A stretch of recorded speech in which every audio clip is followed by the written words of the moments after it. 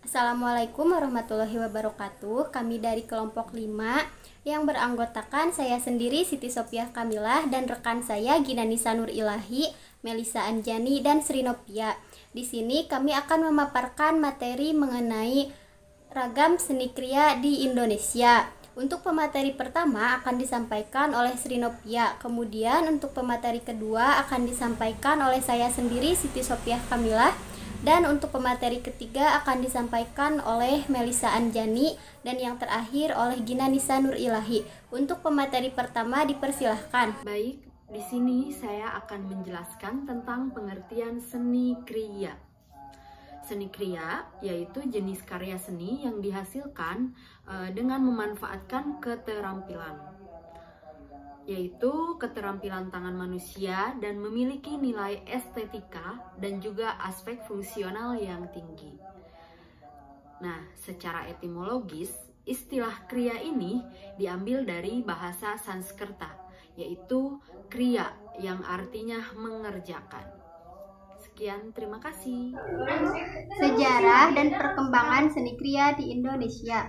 Menurut informasi dari berbagai sumber, seni kriya sudah ditemukan sejak zaman prasejarah.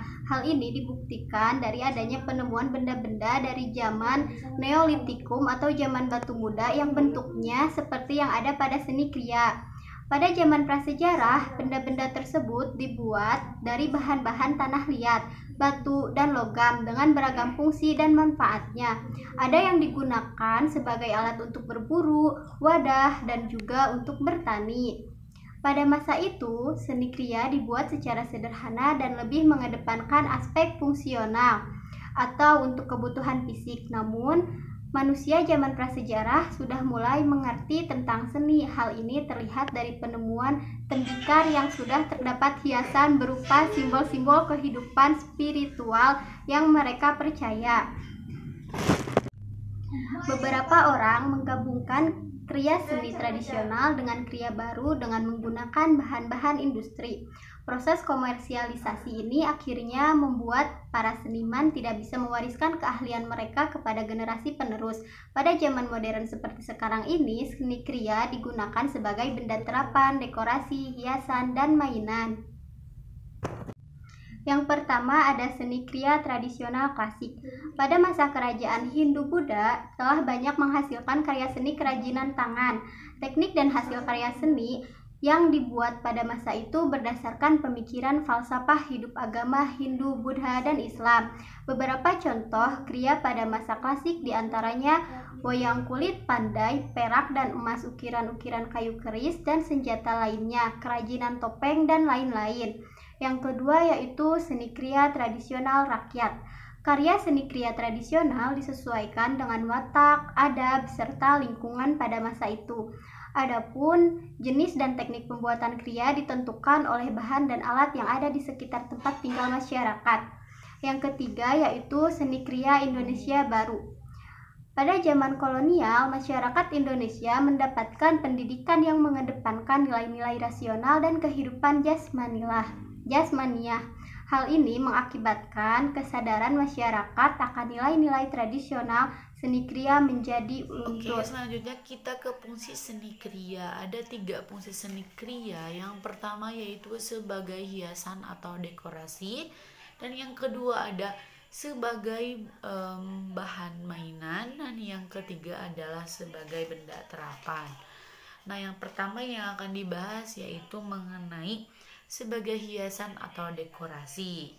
Nah, produk-produk kerajinan tangan ini dipakai sebagai pajangan, hiasan, atau dekorasi ruangan lainnya. Nah, dalam hal ini seni kriya fungsi sebagai hiasan atau dekorasi ini lebih mengutamakan keestetikaannya. Karena supaya apa? Supaya lebih indah gitu kelihatannya.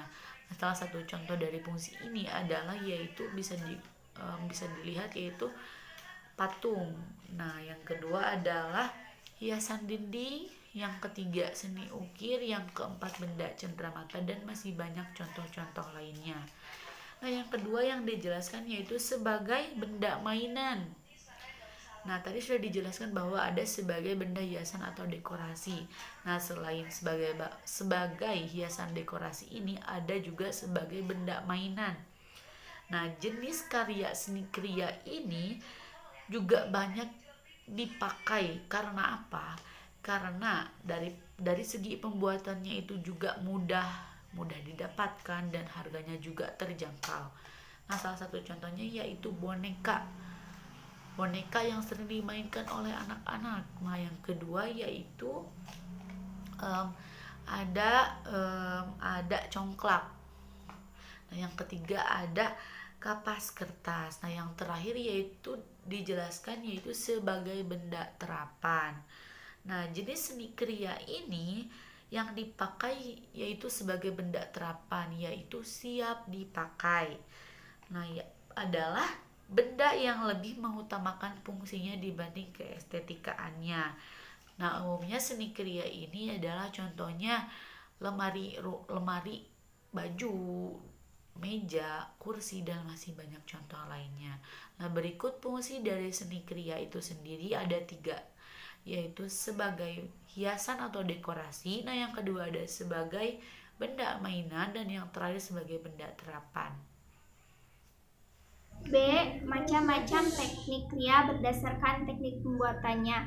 Yang pertama adalah kriya pahat atau kriya ukir. Kriya ini adalah jenis kerajinan tangan yang dibuat dengan cara memahat atau mengukir suatu bahan dari kayu ataupun logam dan batu sehingga menghasilkan bentuk yang diinginkan.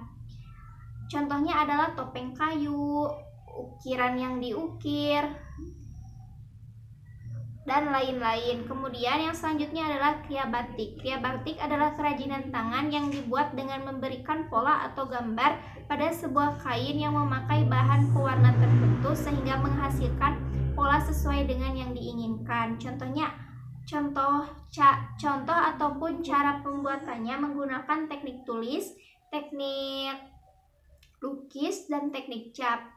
Kemudian yang selanjutnya adalah kriya tenun. Kriya tenun ini adalah jenis kerajinan tangan yang dibuat dengan cara mengolah jalinan benang beragam warna sehingga menjadi suatu kain dengan pola tertentu. Kemudian yang terakhir adalah kriya anyaman. Kriya anyaman ini adalah jenis kerajinan tangan yang dibuat dengan cara mengolah bahan dasar sehingga membentuk sebuah pola tertentu. Selanjutnya adalah kriya tekstil.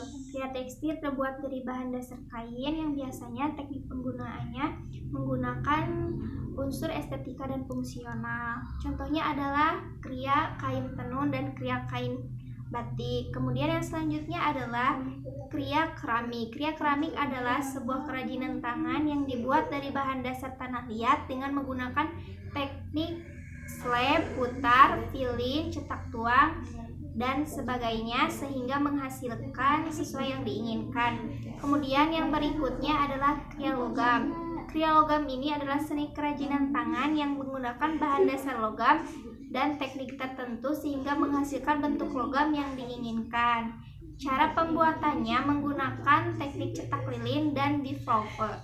Kemudian yang berikutnya adalah kriya batu. Kriya batu ini adalah jenis kerajinan tangan yang memakai bahan dasar batu dan membentuknya sedemikian rupa sehingga memiliki nilai estetika dan bernilai jual tinggi.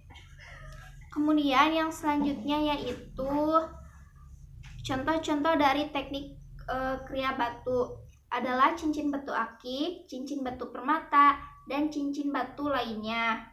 Kemudian yang selanjutnya adalah kriya kulit. Kriya kulit ini terbuat dari bahan dasar kulit ular, kerbau, dan lain-lain sehingga menghasilkan nilai jual estetika yang tinggi.